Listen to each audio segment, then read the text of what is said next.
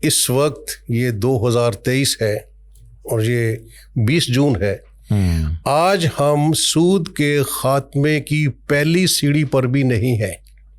بالکل ایسے ہی. میں ایک چیلنج کے ساتھ یہ بات کر رہا ہوں. کس لیے کہ ہمارے ہاں وہ سیریسنیس نہیں ہے. آپ نے بڑا اچھا سوال ریز کیا ہے. وہ سیریسنیس نہیں ہے سود کے خاتمے کے لیے. سود کی 3 قسمیں ہیں پاکستان میں.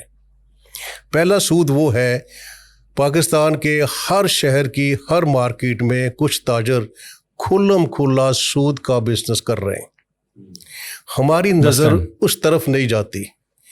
دوسری ان کا سود بینکوں سے 2 گنا زیادہ ہے. مثلاً کہ میں نے کہا نا کہ ہر مارکیٹ میں کچھ لوگ کچھ تاجر کھلم کھلا سود کا کاروبار کر رہے ہیں. آپ کو بتاؤں پنجاب اسمبلی نے پاس کیا ہے, یہ ہو رہا ہے. میں اسی طرح ہمارا شاہدہ بہن ہے, ایم پی ہیں تھیں, تو انہوں نے یہ پاس کروایا تھا. ابھی یہ بل بنا ہے.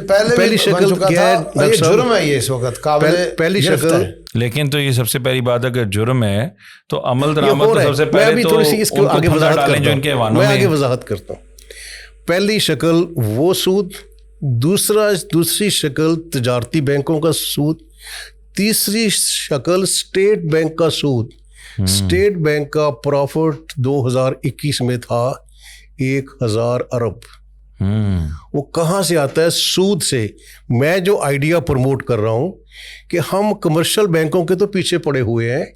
اسٹیٹ بینک کا سود کب ختم ہوگا؟ مانیٹری پالیسی کیا ہے؟ سود کی شرح کو آگے کرنا, نیچے کرنا ہے.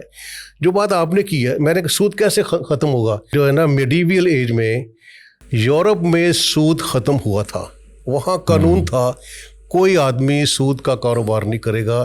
اگر کوئی آدمی کے بارے میں شک ہو جائے کہ اس نے سود پر پیسہ دیا ہے, ڈاکٹر صاحب یقین کریں اس کا ساتھی, اس کا ہمسایا, اس کا دوست عدالت میں کیس کر دیتا تھا اور عدالت اور چرچ مل کر اس کا فیصلہ کرتے تھے.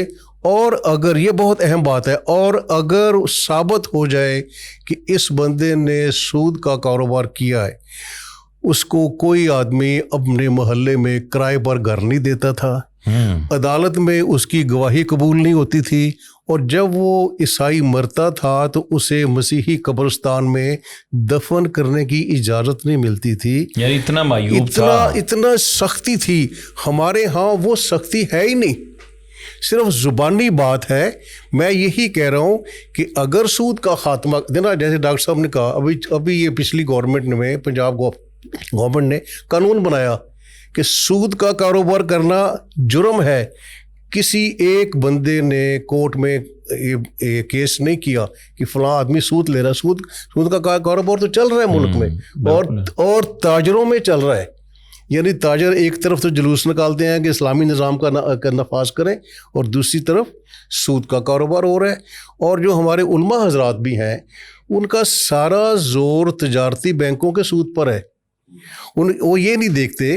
اب میں چونکہ میں نے اسٹیٹ بینک میں کام کیا, میں نے خود مانیٹری پالیسی بنائی ہے کہ بھئی اگر سپوز کہ کل اللہ کرے پاکستان سے سود کا خاتمہ ہو جائے تجارتی بینکوں کا, اسٹیٹ بینک تو پھر سود پر ہے. کیونکہ ڈاکٹر صاحب 2 ادارے ہیں سرمایہ داری کے, کمرشل بینک اور سینٹرل بینک, دونوں سود پر کام کرتے ہیں. اور جو سوال ہے یہ آپ کا, اسٹیٹ بینک سود کا محافظ ہے. پاکستان میں اسٹیٹ بینک جو ہے سود کا محافظ ہے. اس طرف کسی نے کوئی توجہ نہیں دی. میں بات کو ختم کرتا ہوں. جو اسلامی بینک پاکستان میں کام کر رہے ہیں, ان کو اس کا پتہ ہی نہیں کہ بھئی ابھی تک 20 سال ہو گئے ہیں, 80% بزنس سود پر ہے. پاکستان میں صرف 20% سود جو بزنس ہے وہ اسلامی بینکوں کے پاس ہے, وہ بھی انڈائریکٹ سود ہے. کام کا آغاز اچھا ہوا تھا, اسلامی بینک بنے تھے, اچھا آغاز ہوا تھا, لیکن ہم رک گئے ہیں. کیونکہ جب اسٹیٹ بینک اپنے سود میں اضافہ کرتا ہے تو اسلامی بینکوں کا پرافٹ ریٹ افیکٹ ہو جاتا ہے. اگر اسلامی بینک پرافٹ پر کام کر رہے ہیں تو ان کو اسٹیٹ بینک کے سود سے کیا فائدہ؟ بالکل. تو یہ ایسی باتیں ہیں جن پر ابھی تک سیریسلی کام نہیں ہوا.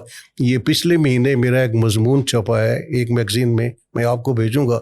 اس میں نے لکھا ہے سود کا خاتمہ حقیقت، مغالطہ اور وضاحت. ہم ایک بہت بڑے مغالطے کا شکار ہیں. ایک اور میں آپ کی اجازت سے بات کروں گا، بات لمبی کر رہا ہوں. ہمارے لیے ذات راہ ہے، ہمارے لیے وہ حکم ہے جو کام نبی پاک صلی اللہ علیہ وسلم نے جس انداز میں کیا. دیکھیں نا، جیسے آپ نے آغاز کیا تھا کہ جو آخری خطبہ کا آپ نے وہ ایک پڑھا کہ سود کے بارے میں، ہمیں یہ دیکھنا ہے کہ نبی پاک صلی اللہ علیہ وسلم نے ریاست مدینہ سے سود کیسے ختم کیا تھا. پہلی ہجری میں مارکیٹ بنی تھی اور آپ نے سود کا اعلان کیا 9 ذی الحج 10 ہجری کو، 10 سال بعد. آپ نے پہلے مارکیٹ کو ریفارم کیا، پھر آپ نے تاجر کو سچا بنایا. ایک حدیث ہے نبی پاک صلی اللہ علیہ وسلم کی، سچے تاجر کا رتبہ شہداء اور صالحین کے ساتھ ہے. آپ نے آخر میں سود کو ختم کیا. ہم الٹ کر رہے ہیں.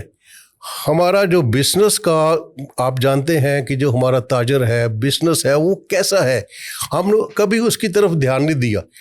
بے میں بھی پرابلم آ سکتا ہے. ہم صرف سود کا خاتمہ کرنا چاہتے ہیں اور سب سے پہلے اس کے لیے اقدامات نہیں کر رہے. نبی پاک صلی اللہ علیہ وسلم نے آخر میں ختم کیا. تو میں جو بات میں میسج دینا چاہتا ہوں کہ جس طرح نبی پاک صلی اللہ علیہ وسلم نے سود کا خاتمہ مرحلہ وار کیا اور آخری مرحلے میں سود کو ختم کیا، ہم کیوں پہلے ختم کرنا چاہتے ہیں؟ اگر سود کا خاتمہ ہو بھی جائے تو اس طرح کی جھوٹی تجارت، ملاوٹ، ناقص اشیاء کی موجودگی میں کیا اسلام کا نفاذ ہو جائے گا؟ پہلے ہمیں بے کے نظام کو ٹھیک کرنا ہے، جس کی اللہ نے پہلے بات کیا کہ بے حلال ہے اور بے میں فلاح ہے. یہ ڈاکٹر صاحب ایسی باتیں ہیں، ہم سود پر جب بحث کرتے ہیں تو حلال حرام سے آگے بڑھتے ہی نہیں.